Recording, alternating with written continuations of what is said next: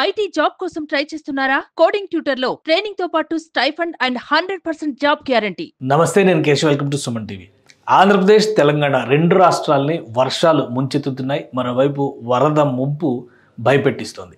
ఈ నేపథ్యంలో వాతావరణ పరిస్థితులు ఎలా ఉన్నాయి? రెండు రాష్ట్రాల్లో రాబోయేటువంటి 3-4 రోజుల్లో భారత వాతావరణ శాఖ రిలీజ్ చేసినటువంటి డేటాను బట్టి చూస్తే ఎంతవరకు ప్రజలకి ఉపశమనం లభిస్తుంది, ఎంతవరకు ప్రశాంతంగా ఉండడానికి అవకాశం ఉంది, ఈ అంశాలను పరిశీలించేటువంటి ప్రయత్నం చేద్దాం.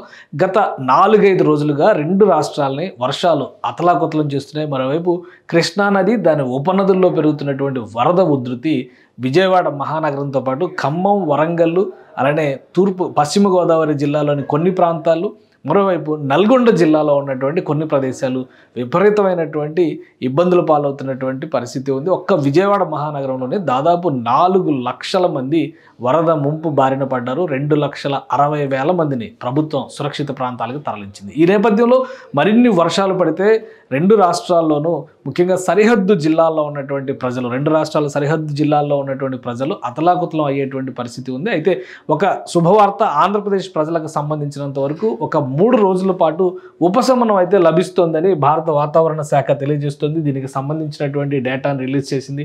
ప్రస్తుతానికి వరద ముప్పు ఉన్నప్పటికీ కూడా ఆంధ్రప్రదేశ్కి 2, 3, 4 తేదీల్లో ఎలాంటి వర్షాలు నమోదయ్యేటువంటి అవకాశం లేదని చాలా క్లియర్గా భారత వాతావరణ శాఖ తెలియజేస్తుంది. దీని ప్రకారం చూస్తే రాష్ట్రంలో ఎక్కడ కూడా వర్షాలు పడేటువంటి పరిస్థితి లేదు. అంటే చాలా స్వల్పమైనవి.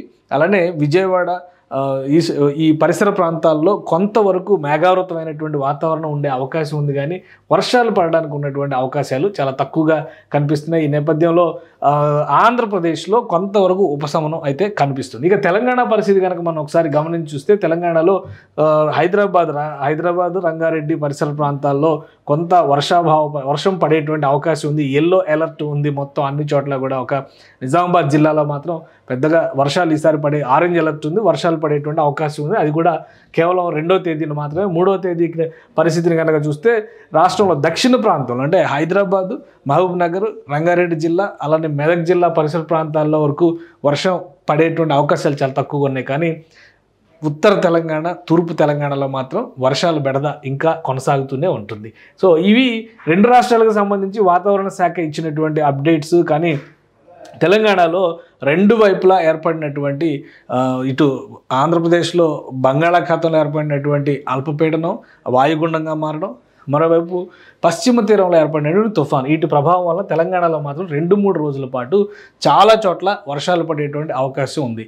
కానీ ఈ రిలీఫ్తో పాటు ఒక ఇబ్బందికరమైనటువంటి విషయం ఏంటంటే, మళ్ళీ 6-7 తేదీల్లో లేదా 5-6 తేదీల్లో బంగాళాఖాతంలో మరొక అల్పపీడనం జనరేట్ అయ్యేటువంటి అవకాశాలు ఎక్కువగా ఉన్నాయని వాతావరణ శాఖ హెచ్చరిస్తోంది. కాబట్టి ఆంధ్రప్రదేశ్లో 2, 3, 4, 5వ తేదీ వరకు కొంత ఉపశమనం ఉంది. తెలంగాణలో మాత్రం ఈ 2-3 రోజులు కూడా అక్కడక్కడ వర్షాలు పడేటువంటి పరిస్థితి ఉంది. ఒకవేళ 5-6 తేదీల్లో మరొక అల్పపీడనం ఏర్పడితే కోస్తా తీరంలో భారీ వర్షాలకి సూచన ఉంటుంది. కాబట్టి మరొకసారి ముప్పు వర్షం రూపంలో రావచ్చు, వరద రూపంలో రావచ్చు. ప్రజలు అప్రమత్తంగా ఉండాల్సినటువంటి అవసరం ఉందని వాతావరణ శాఖ అయితే హెచ్చరిస్తోంది.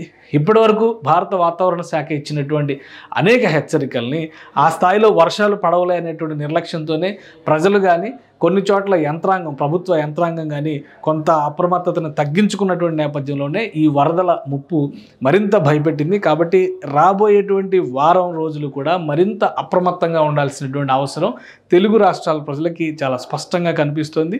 వాతావరణంలో కనుక మార్పులు వచ్చి మరొకసారి బంగాళాఖాతంలో అల్పపీడనం బలపడితే అది మరొక తుఫాన్ రూపంలో విరుచుకుపడినా ఆశ్చర్యపోవాల్సినటువంటి అవసరం లేదు.